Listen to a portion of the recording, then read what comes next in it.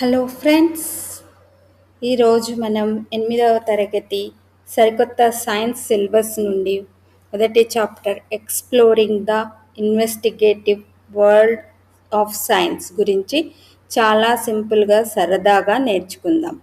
Science అంటే కేవలం పుస్తకాల్లో చదివి పట్టి ఎగ్జామ్ రాయడం కాదు ఫ్రెండ్స్. మన చుట్టూ ఉన్న ప్రపంచాన్ని అర్థం చేసుకోవడమే సైన్స్. మనందరికీ ఎన్నో అనుమానాలు వస్తుంటాయి, అవునా? ఉదాహరణకు, పూరి వండినప్పుడు అది ఒకవైపు ఎందుకు పల్చగా ఉండి బెలూన్లా ఉబ్బుతుంది? యాపిల్ ముక్కను కోసి కాసేపు పక్కన పెడితే అది ఎందుకు గోధుమ రంగులోకి మారుతుంది? ఇలాంటి ప్రశ్నలు వేసుకోవడమే సైన్స్కు మొదటి అడుగు. దీన్నే మనం కుతూహలం లేదా జిజ్ఞాస అంటాం. ఈ కుతూహలమే సైన్స్కు అసలైన పునాది. క్రమబద్ధమైన పరిశోధన. సరైన ప్రశ్న అయితే వచ్చింది, మరి దానికి సమాధానం ఎలా తెలుసుకోవాలి? ఒక శాస్త్రవేత్తలా ఆలోచించి సమాధానం కనిపెట్టడాన్ని క్రమబద్ధమైన పరిశోధన అంటారు. ఇందులో ఒక ముఖ్యమైన రూల్ ఉంది. మన ప్రయోగం చేసేటప్పుడు వేరే ఏ ఇతర విషయాలు ఫలితాన్ని మార్చకుండా ఒకే ఒక అంశాన్ని మాత్రమే మారుస్తూ ప్రయోగాన్ని గమనించాలి. అప్పుడే మనకు ఖచ్చితమైన ఫలితాలు వస్తాయి.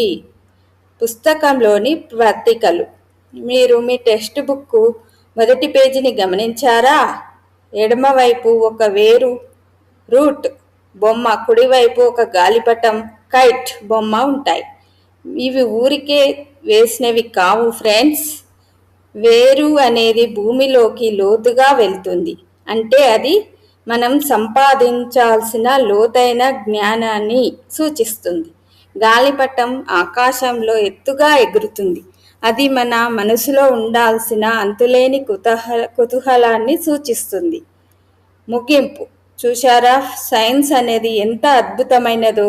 రాబోయే చాప్టర్లో మనం కంటికి కనిపించని సూక్ష్మజీవుల ప్రపంచాన్ని, విద్యుత్ శక్తిని, కాంతి రహస్యాలను, ఇలాగే ఎన్నో విషయాలను తెలుసుకోబోతున్నాం.